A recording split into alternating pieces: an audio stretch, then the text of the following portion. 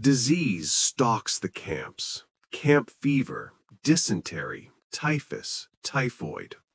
Entire ranks fall sick as filthy latrines and scattered human waste turn these grounds into breeding pits of death. Cleanliness is known to stop disease, yet washing clothes is dismissed as women's work, and there are few women here. The American camps smell foul, and the danger is constant. This army you've joined is untested. Many officers were elected by the men, more concerned with being liked than enforcing discipline.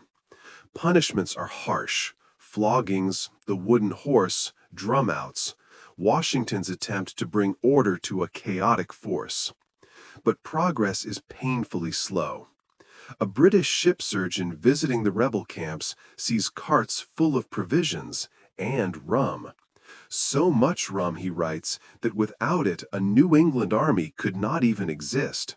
1 bottle a day, by his estimate.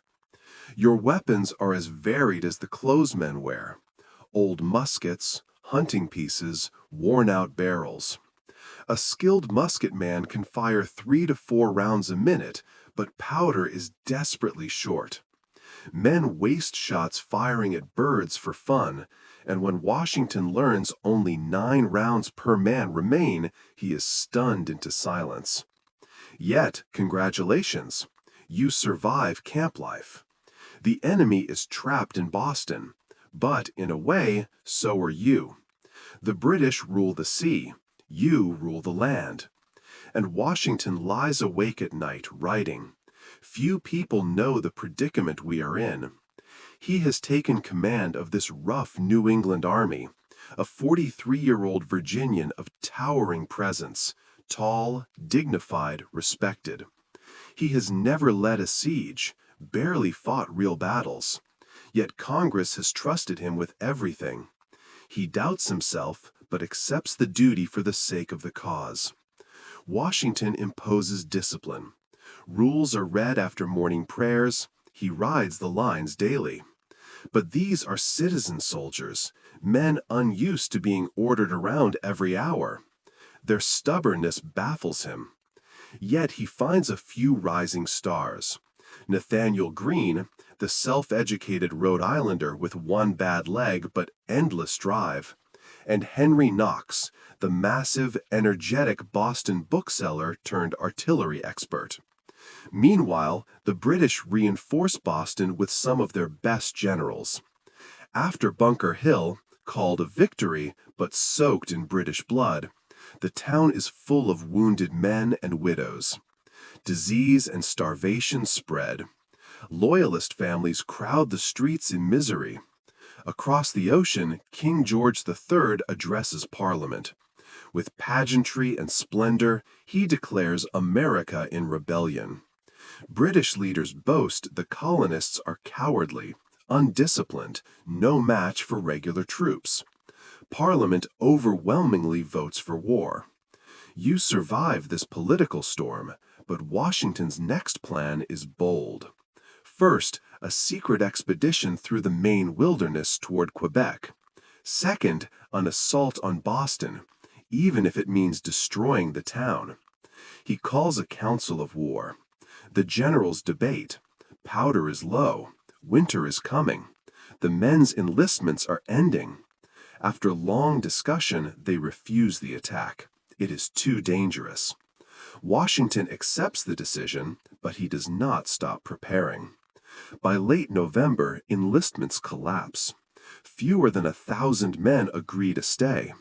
Washington is desperate for money to pay the troops. Morale sinks. In private letters, he describes the army as dirty, mercenary, without virtue. Had he known, he writes, he might never have accepted command. Winter arrives. But with it, opportunity. Henry Knox is dragging heavy cannon from Fort Ticonderoga across frozen rivers and snowbound forests. In Boston, the British suffer scurvy, hunger, smallpox. Desertions rise. In January, Washington is at his lowest, sleepless, frustrated, nearly out of powder, half his army gone home with their muskets. He calls his situation truly alarming. But then, intelligence. The British are preparing ships, likely for New York. Greene and Lee insist New York must be defended. John Adams agrees it is the key to the continent. Washington orders Lee to fortify the city. Meanwhile, in Massachusetts, a bold plan emerges: occupy Dorchester Heights and force the British to attack. Through elaborate deception, night bombardments, hay bale shields, and Knox's newly arrived cannon, the heights are fortified in a single miraculous night. At dawn, General Howe looks up and can scarcely believe it. These fellows have done more in one night than my army could do in 3 months. The British prepare an assault, but a violent storm sweeps through, smashing ships and flooding the harbor. The attack is canceled. Within days, Howe orders evacuation. Boston erupts into chaos. Loyalists flee, stores are looted, cannon are spiked. The harbor fills with hundreds of ships. At last, on March 17, 1766, St. Patrick's Day, the British fleet sails away, over 120 ships carrying more than 11,000 people. The Americans cheer from the shore. Washington enters Boston to prayers, bells, and a congregation listening to Exodus, for the Lord fought for them. Their boots pound against the hard, uneven roads of New England, carrying them toward a city Washington has only glimpsed in letters and whispers: New York, a city of merchants, docks, spies, loyalties divided, and a harbor so wide and deep it can swallow an entire British fleet. Washington knows one truth: whoever controls New York controls the future of the continent. The journey is long, and the army changes with every step. Fresh recruits join them: farm boys, fishermen, blacksmiths, sons of tavern keepers, while veterans from Boston carry memories of cold nights, empty powder barrels, and narrow survival.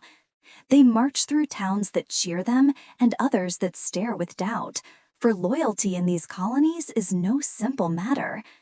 As they approach the city, a messenger rides fast toward Washington.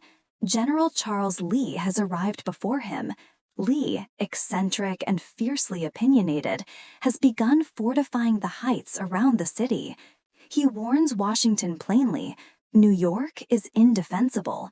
If the British truly want it, they will take it. But Washington must defend it anyway. Consequence does not matter, only duty. The City of Shadows. New York in 1776 is a place of contradictions.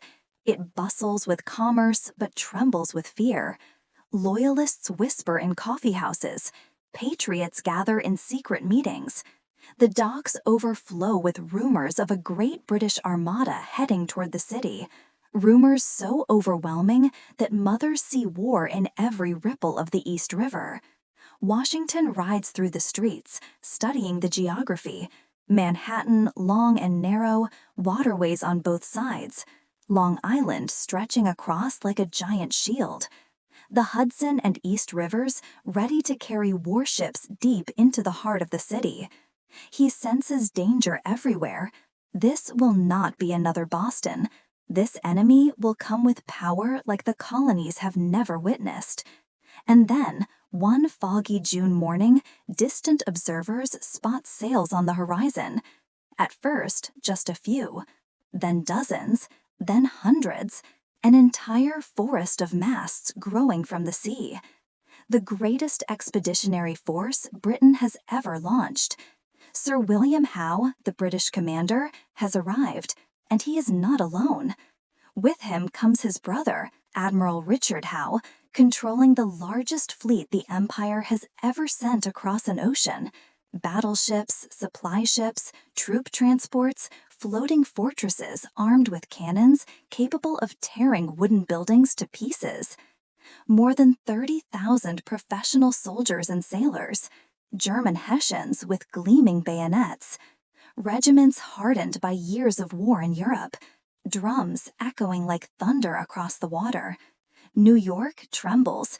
Even Washington, who has stared down starvation and disease, feels the weight of this moment. His army now stands at about 20,000 men, but many are untrained, poorly equipped, and frightened. Some faint at the sight of British ships. Others step forward with defiance in their eyes. Washington gathers his officers. He tells them the coming battle may be the most decisive of the war. If they lose New York, they may lose everything. The men listen in silence. The Putnam Fire and the plot against Washington. But before the armies clash, danger strikes from within. New York is a nest of spies, a battleground of hidden daggers long before muskets fire. Loyalists plot in shadowed rooms. Merchants secretly supply the British. Taverns bristle with overheard whispers. And then, a shocking discovery. A conspiracy, small but deadly, is uncovered. A plan to assassinate Washington himself. The conspirators include civilians, regular soldiers, even the mayor of New York. Their plan is simple and brutal. Infiltrate the guard protecting Washington, then strike when he is alone. One of the conspirators, Thomas Hickey, a member of Washington's own lifeguard, is arrested, tried, and executed before thousands of onlookers. His hanging becomes a spectacle. The crowd murmurs in horror. General Lee had warned this long before, and now the truth of it unsettles him deeply. Washington, however, offers no such misgivings. He is convinced he can defend New York, a city of vast importance, the gateway to the Hudson Corridor, the artery connecting New England to the rest of the colonies. But Washington's conviction is based less on military logic and more on political duty. He senses what Congress expects. He senses what patriots demand. New York must be held, or at least fought for. Yet loyalist sentiment here runs deep. 2/3 of all property belongs to Tories, and the royal governor, William Tryon, living aboard a ship in the harbor, is believed to be directing loyalist operations in secret. In Boston, Washington had suffered from lack of intelligence. Now in New York, he has the opposite problem. Too much information, too many rumors, too much conspiracy, and no way to know whom to trust. British warships sit in the harbor like iron monsters, withdrawing only slightly in April, their presence constant and threatening. Sabotage is feared, resistance is organized, conspiracy is real. Washington had struggled with New Englanders in Boston. Here in New York, the problem is larger. Men from different colonies, different cultures, different tempers, all clashing.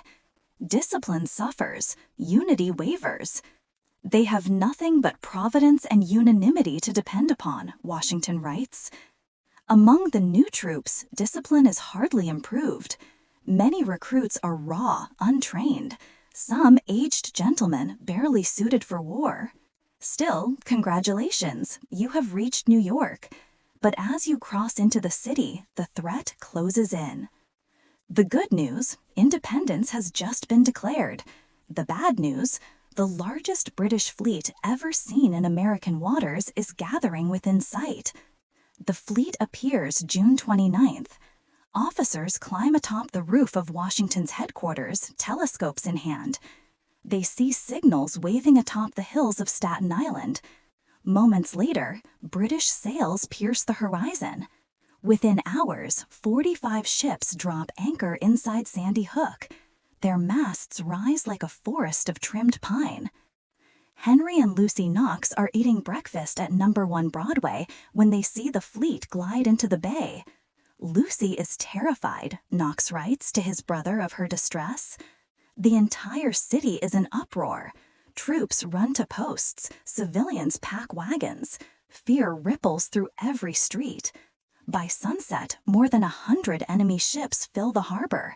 Riders gallop toward Connecticut and New Jersey, warning all they pass. Martha Washington says her goodbyes and departs the city with speed, as do Lucy Knox, Kitty Green, and their children. Knox writes to Lucy, telling her he values her safety above all else, reminding her that they fight for their country, for posterity, and that on this campaign, the happiness or misery of millions may depend. Then more British ships arrive, warships of terrifying size, the Centurion, the Chatham, 50 guns each, the Phoenix, 40 guns, the Greyhound, 30, the Asia, 64. Their total firepower dwarfs every American battery in the city. The fleet now exceeds 120 ships, carrying 10,000 troops from Halifax, joined by the Scots Brigade. Another 15,000 to 20,000 soldiers are expected from England under Admiral Lord Howe. New York panics. Families pack up and flee. Even loyalists look uneasy. The Birth of a Nation, July 2, 1776. The Continental Congress in Philadelphia votes to dissolve all connection with Great Britain. News reaches New York a few days later. On July 6th, spontaneous celebrations erupt across the city. Officers crowd into public houses to toast the moment. On July 8th, John Hancock's official copy of the Declaration arrives. Men like Knox understand this war has entered a new stage. This is no longer a dispute. It is now a clean break, a revolution. Adams writes that the act is the most complete, unexpected, and remarkable revolution in history. On July 9th, Washington orders his brigades to the Commons at 6 in the evening to hear the Declaration read aloud. He hopes it fills the men with fresh resolve, for their peace and safety depend on the Army's success. For a brief moment, spirits soar higher than they have since Lexington and Concord. But the happiness does not last.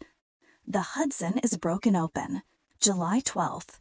Without warning, 2 British ships, the Phoenix and the Rose, cut loose from Staten Island and sail straight up the Hudson River. The effect is immediate and terrifying. Alarm guns sound, soldiers rush through packed streets, women scream, children run. Cannon at Fort George open fire. American crews launch nearly 200 shots, but the ships move steadily forward, undamaged. Washington witnesses the panic, the shrieks of families, the confusion of his soldiers standing gawking in the streets, and feels extreme distress.